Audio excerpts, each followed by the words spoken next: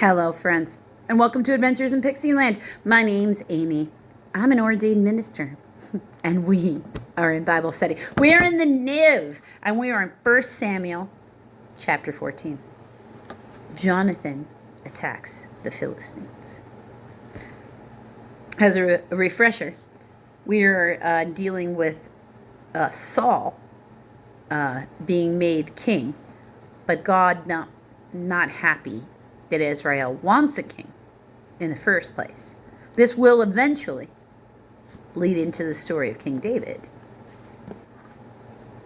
But in this particular chapter, we're going to talk about Jonathan, who becomes David's best friend, and is the son of Saul. Now, a detachment of Philistines had gone out from the pass at Michmash. One day, Jonathan, son of Saul, said to a young man bearing his armor, "Come, let's go over to the Philistine outpost on the other side." Ooh, but they did not tell his father, so they snuck across the border of the enemy. Saul was staying on the outskirts of Gibeah, under a pomegranate tree in Migron. With him were about 600 men, among who was Ahijah, Ahijah, who was wearing an ephod, that's Ephod. He was the son of Ichabod's brother, Ahutub, son of Phinehas, the son of Eli, the Lord's priest in Shiloh. No one was aware that Jonathan had left. On each side of the pass that Jonathan intended to cross to reach the Philistines' outpost was a cliff. One was called Bozez, B-O-Z-E-Z, Bozez? I wanted to say Boaz, but that's just like their ancestor, Bozez. And the other, Seneh, S-E-N-E-H. One cliff stood to the north towards Michmash, the other to the south towards Gibeah. Okay, so, or Gibeah. So they're giving you a sort of a dynamic there. He's got these two cliffs, and he's kind of sneaking past, because he's got to get past people going, "Hey, the prince is leaving! What are you doing?" And, the guards on both sides, essentially. He's got to sneak past both sides of guards. Jonathan said to his young armor bearer, "Come, let's go over to the outposts of those uncircumcised fellows. Perhaps the Lord will act on our behalf. Nothing can hinder the Lord from saving, whether by many or by few. Do all that you have in mind," said his armor bearer. That's some loyalty right there. "Go ahead. I am with you, heart and soul." Wow. Jonathan said, "Come then. We will cross over toward the men and let them see us. If they say to us, 'Wait there until we come to you,' we will stay where we are and not go up to them. But if they say, 'Come up to us,' we will climb up, because that will be our sign that the Lord has given them into our hands." So both of them showed themselves to the Philistine outpost. "Look," said the Philistines, "the Hebrews are crawling out of the holes they were hiding in." The men on the outpost shouted to Jonathan and his armor bearer, "Come up to us and we will teach you a lesson." So Jonathan said to his armor bearer, "Climb up after me. The Lord has given them into the hand of Israel." Jonathan climbed up, using his hands and feet, with his armor bearer right behind him. The Philistines fell before Jonathan, and his armor bearer followed and killed behind him. In that first attack, Jonathan and his armor bearer killed some 20 men in the area about half an acre. Hebrew or half a yoke. So, yay for Prince Jonathan, right? Israel routs Philistine. Then panic struck the whole army. Those in the camp in the field and those in the outposts and the raiding parties, and those on the and the ground shook. It was panic sent by God. B. Or a terrible panic set up towards everybody. So the area in which all of this landscape is set is a good reminder to remind you there are two giant fault lines on either side of the Jordan River. So anytime they talk about the earth shaking, it's likely quite factually true. Because fault lines. This is verse 16 we're on right now. Saul's lookout at Gibeah in Benjamin saw the army melting away in all directions. So then Saul said to the men who were with him, "Muster the forces and see who has left us." When they did, it was Jonathan and his armor bearer who was not there. Saul said to Ahijah, "Bring the ark of God." At the time, it was with the Israelites. We got C, Hebrew Septuagint, bring the ephod. At that time, he wore the ephod before the Israelites. So that's they're probably talking about the breastplate. While Saul was talking to the priest, the tumult, T-U-M-U-L-T, in the Philistine camp increased more and more. So Saul said to the priest, "Withdraw your hand." Then Saul and all his men assembled and went to the battle. They found the Philistines in total confusion, striking each other with their swords. That's how God likes to roll. Those Hebrews who had previously been with the Philistines and had gone up with them to their camp went over to the Israelites who were with Saul and Jonathan. When all the Israelites who had hidden in the hill country of Ephraim heard that the Philistines were on the run, they joined in the battle in hot pursuit. Mustered arms here because of what they were seeing. So the Lord rescued Israel that day, and the battle moved on beyond Beth Aven. Jonathan shook something loose there, right? Jonathan eats honey. Let's hope this goes better than it did for Samson. Now the men of Israel were in distress that day because Saul had bound the people under oath, saying, "Cursed be any man who eats food before the evening comes, before I have avenged myself on my enemies." So none of the troops tasted food. Oh, watch your words. Because now it's like they can't be loyal to you and eat. But you're making a weak army, which means they're more likely to lose. Come on. The entire army, D, or now all the people of the land, depending upon how you want to interpret that, okay? Now all the people of the land entered the wood. Now I think the entire army entered the woods.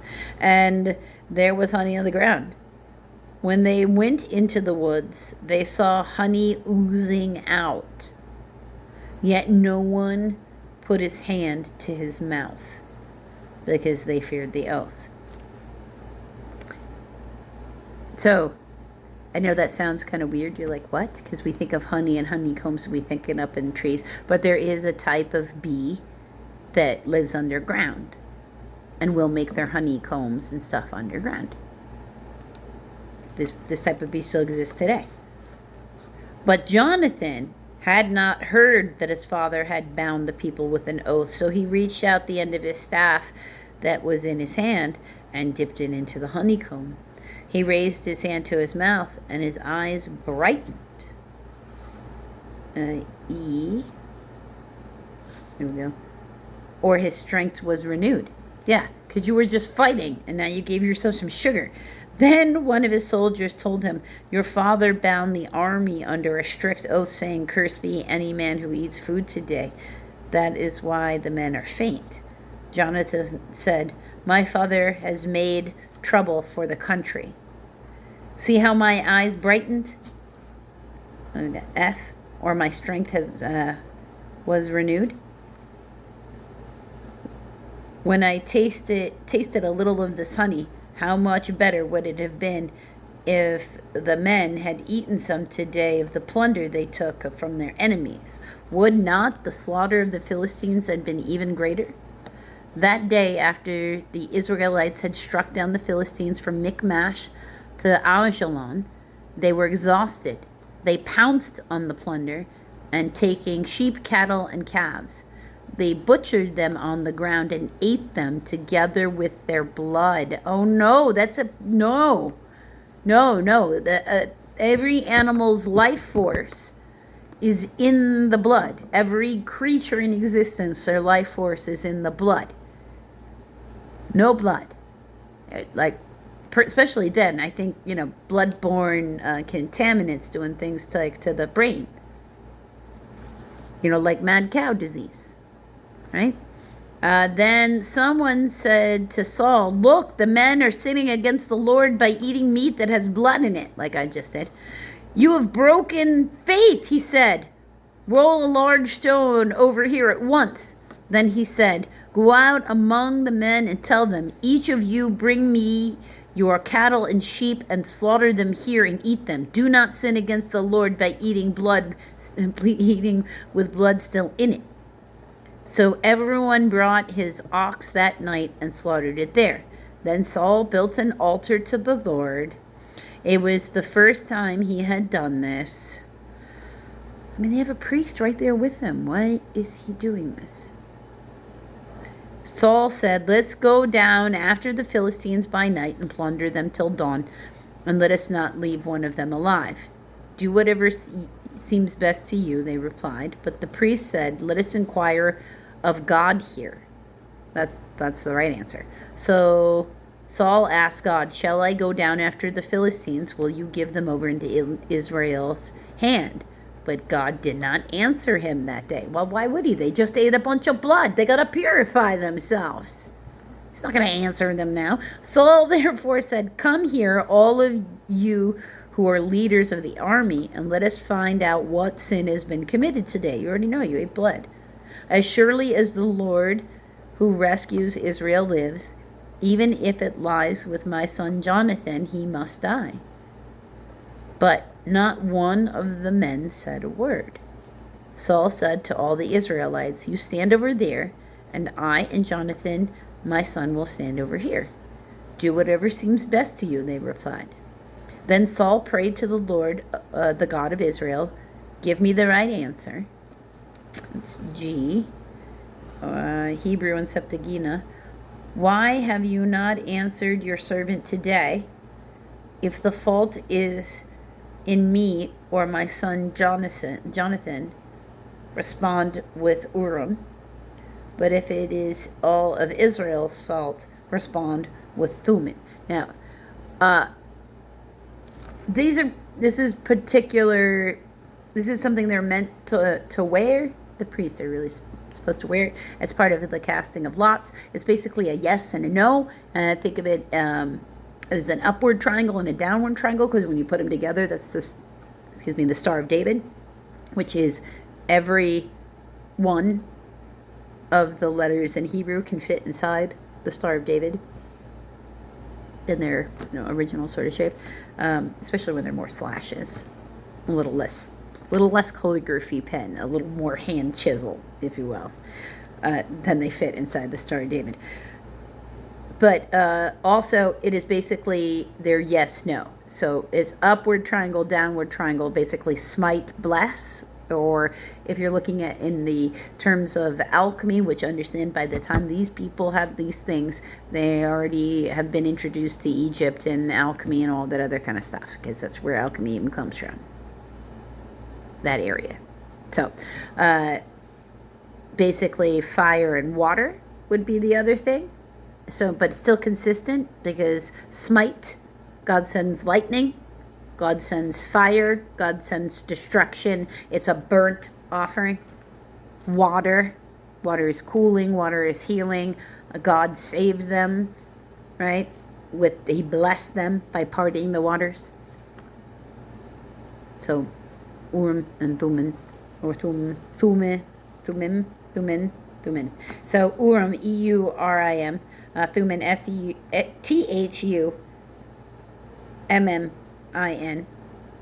I don't know why I was saying it like that. It was almost like it was translating it to some other language. All right. They all said, do what seems best to you. Then Saul, that's verse 41. Then Saul prayed to the Lord, the God of Israel, give me the right answer. And Jonathan and Saul were taken by lot, and the men were cleared. Saul said, cast a lot between me and Jonathan my son, and Jonathan was taken. Then Saul said to Jonathan, tell me what you have done. So Jonathan told him, I merely tasted a little honey with the end of my staff, and now I must die? Saul said, may God deal with me, be it ever so severely, if you do not die. Jonathan. But the men said to Saul, should Jonathan die, he who has brought about this great deliverance in Israel? Never. As surely as the Lord lives, not a hair of his head will fall to the ground. For he did this today with God's help. So the men rescued Jonathan, and he was not put to death. That's good. Then Saul stopped pursuing the Philistines, and they withdrew to their own land. After Saul had assumed rule over Israel, he fought against their enemies on every side: Moab, the Ammonites, Edom, the kings of Zobah, Zobah. We got the kings have an A footnote here. Masoretic text, Dead Sea Scrolls, and Septuagint is it's a singular king, not multiple kings. And the Philistines. So they fought for all those people. Wherever he turned, he inflicted punishment on them. And B, Hebrew, the Septuagint, he was victorious. He fought valiantly against the Amalekites, delivering Israel from the hands of those who had plundered them. With Saul's family is this next heading. Verse 49. Saul's sons were Jonathan, Ishvi, Ishvi, and Malchishua, Malkishua, with a hyphen between Malki and Shua. The name of his older daughter was Merab, Merab, and that of his younger was Michael, Michal. His wife's name was Ahinoam, Ahinoam, daughter of Ahimaaz, Ahimaaz. She was named for her father, according to Hebrew rules. The name of the commander of Saul's army was Abner, son of Ner. It's interesting. And Ner was Saul's uncle. So this is his cousin, his first cousin here. Okay. Saul's father, Kish, and Abner's father, Ner, were sons of Abiel, Abiel. All the days of Saul, there was bitter war with the Philistines, and whenever Saul saw a mighty or brave man, he took him into his service. Well, that's what good leaders do. They find, strong, good people that can do the work they know they need to get done. They don't waste talent. That's how you can tell a good leader from a crap leader. No matter what other people may think of a leader or not. Are they wasting good? Like, are they overlooking employees? Are they engaging in, favoritism? Because, the right person in the right moment doing the right thing is essential for success, right? And a good leader can see the potential and others, and they don't try to trap them in any one location. That's not a good leader. So, until the next video, friends.